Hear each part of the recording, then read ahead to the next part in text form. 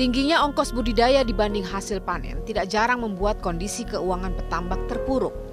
Beberapa di antara mereka bahkan terpaksa angkat kaki sebab tidak mampu lagi membayar cicilan hutang ke perusahaan.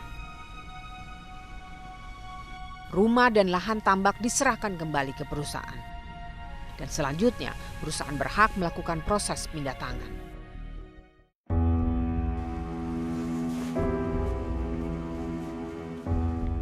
Subhan adalah salah satu petambak baru yang membeli lahan oper alih.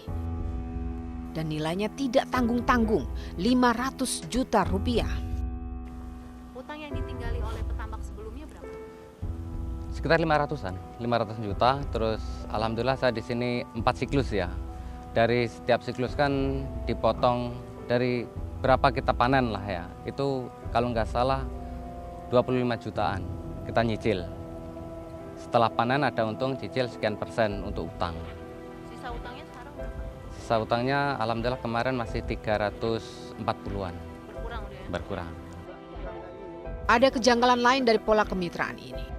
Para petambak umumnya tidak mafhum isi perjanjian yang dibuat oleh perusahaan. Sebab mereka tidak memperbolehkan membaca poin-poin perjanjiannya. Pertanyaannya kemudian, mengapa kondisi ini bisa berlangsung langgeng? Di mana fungsi pengawasan negara atas praktik monopoli korporasi ini?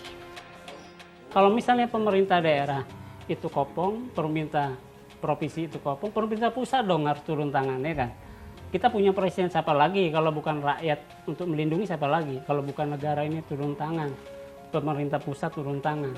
Kalau hanya mengandalkan ini perusahaan ini gede nih, bukan perusahaan nasional, bukan perusahaan lokal, tapi internasional yang mempunyai jaringan yang besar.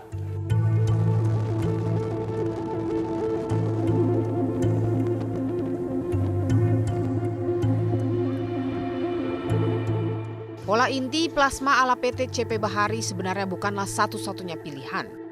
Sebagian petambak ada yang memilih untuk mandiri, Lauci adalah salah satunya.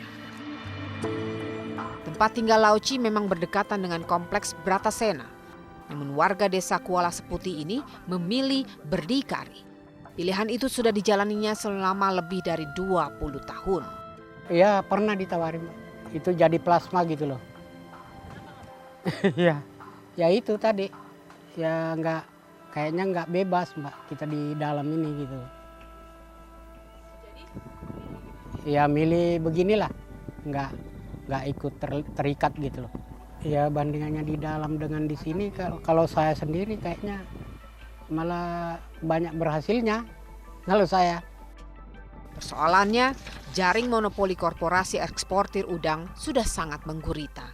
Rantai penjualan dikuasai melalui tengkulak sebab hanya merekalah yang punya akses langsung dengan pihak korporasi.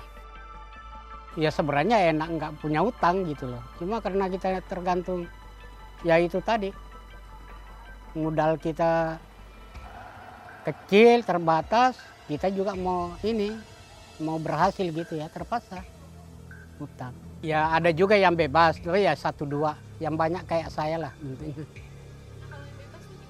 Yang bebas ya nggak punya utang lah, taruh lama bos. Tergantung panen nanti dia mau jual di mana, bebas gitu.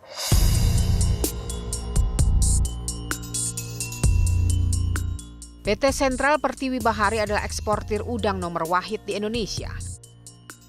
Korporasi ini masuk dalam grup PT Prima, anak usaha dari perusahaan Pokpan asal Thailand. Pokpan adalah perusahaan pakan berbasis protein untuk ternak.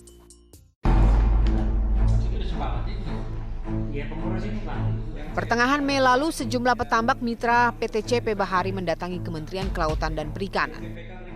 Mereka menuntut negara hadir untuk berpihak pada kesejahteraan petambak.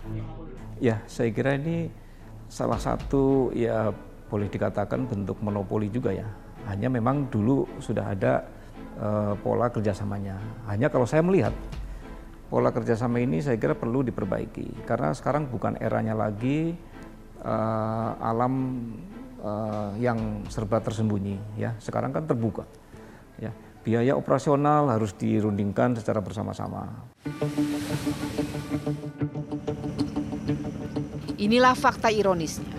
Udang faname sudah lama menjadi komoditas ekspor andalan Provinsi Lampung. Omsetnya bisa bernilai triliunan rupiah.